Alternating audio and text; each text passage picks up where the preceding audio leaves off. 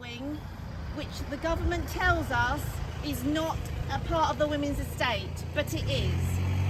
So we're having to come here all the time to protest here and to raise awareness. Now the MP for this area is Rebecca Paul, and she's absolutely brilliant. She speaks out a lot on this in Parliament. And she can't be here with us, but she does have a message for us, which I'm going to read out. Thank you everyone for being here today to stand up for women's rights. It is totally unacceptable in 2026 that men are being incarcerated alongside women in prisons. Elizabeth Fry would be turning in her grave. The law is clear. Sex means biological sex. That means no men should be held in E-Wing in HMP Downview. How they identify or feel is irrelevant. They are male and do not belong in a women's prison. I am fed up with the government that is too cowardly to uphold the law.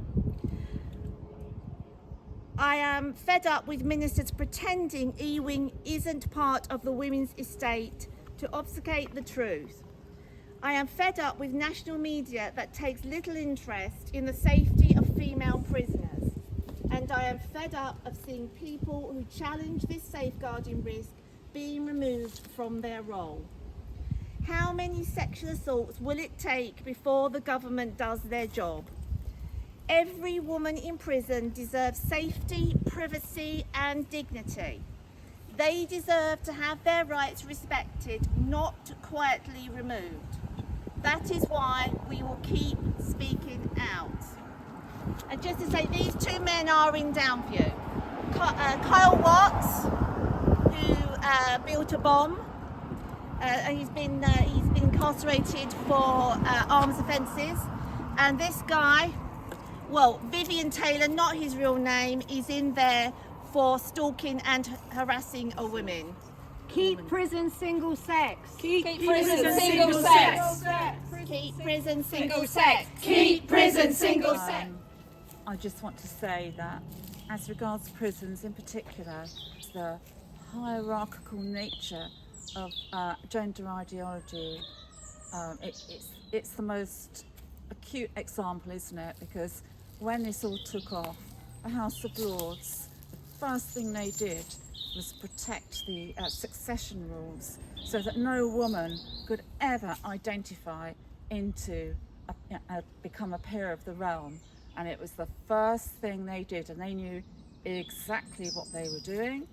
And pretty soon afterwards, once the public sector decided to foist this on all of us, they decided, didn't they, that female prisoners were the most disposable group of women out of all groups, and we're meant to be rehabilitating, restoring them. We don't want them to be offenders, and we've got to set an example. And the very worst thing you can do is, what's happening now, is allowing men, and they're the worst category of men, identifying into another sex has zero improvement on male sexual violence. We know this, and we're subjecting one of the most vulnerable cohorts of women in society to this terrible situation. It's just unforgivable, and we're not going to go away. The only way to deal with this, I think, is overall, is to just get rid of sex falsification altogether. This has just got to end. But what we've got is a hierarchy of rights, and what I will say is what I've noticed is the more you pay for stuff, the less likely you are to encounter this ideology at every level. So it's unfair, and we mustn't go away. We must just keep fighting, and ultimately we must end all sex falsification.